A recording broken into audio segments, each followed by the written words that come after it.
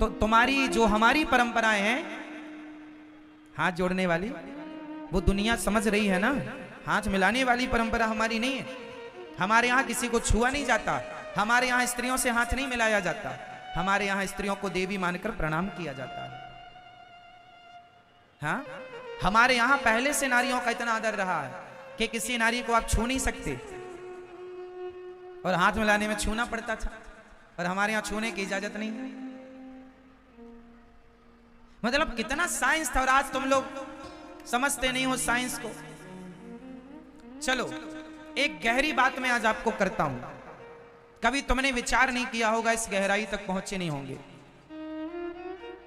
जब स्त्रियां मासिक धर्म में होती हैं, अशुद्धि की अवस्था में होती हैं, पीरियड टाइम पर होती हैं, उस समय पर बड़े बुजुर्ग कहते थे तुम घर से बाहर ना निकलो।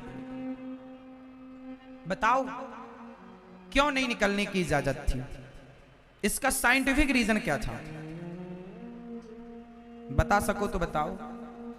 आरोप लगाते हैं कुछ लोग, अरे भारत में बड़े बुजुर्गों ने बड़ा अत्याचार किया महिलाओं पर, वो घर में ही घुसे रहने देते थे, बाहर निकलने की आजादी नहीं थी। इसके पीछे का रीजन जानते हैं? रीजन जानते हैं इसके पीछे का? नहीं? सुनो, पहले के जमाने में हर गांव के पास जंगल लगा होता था।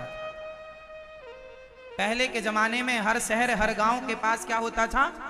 जंगल, और हर जंगल में भेड़िए होते थे। क्या होते थे? जोर से। आज भी गांव में भेड़िए होते हैं, जंगलों में आज भी बहुत सारे गांव जंगल के इर्द गिर्द हैं। पहले तो जंगल ही जंगल था ना। आज के 50-100 साल पहले, 200 साल पहले क्या था? आबादी कम थी, जंगल ज्यादा थे, तो भेड़िए हुआ करते थे। और भेड़िए का स्वभाव साइंटिफिक पढ़ना, भेड़िया कई किलोमीटर दूर का खून सूंघ लेता था। यदि उसे खून की कहीं बू आ गई, बदबू आ गई, तो वो सूंघ लेता था और झुंड के साथ अटैक करता था। तो तुम्हारे बाप दादों ने क्या नियम बनाया?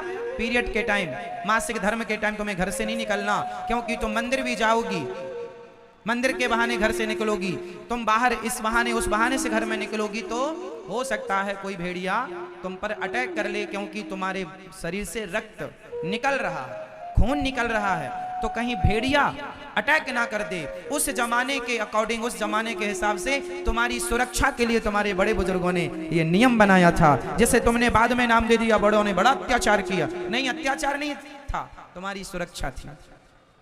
एक दूसरा भी कारण, भेड़िए एक्टिव थे, किलोमीटर दूर से वो गंध ले लेते थे, इसलिए तुम्हें घर में रखा जाता था।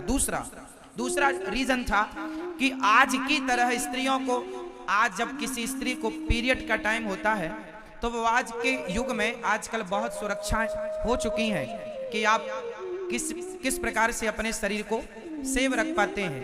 पहले के जमाने में ऐसा नहीं था। पहले की स्त्रियां कांच लगाया करती थी।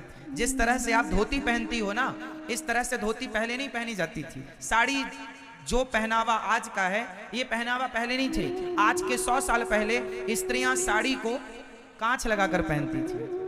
हाँ या ना? आज भी महाराष्ट्र में कुछ माताएं, आज भी पुराने जमाने की माताएं आज भी कांच लगाती हैं। हाँ या ना? ये बात सही है या गलत है? बोलो हाँ।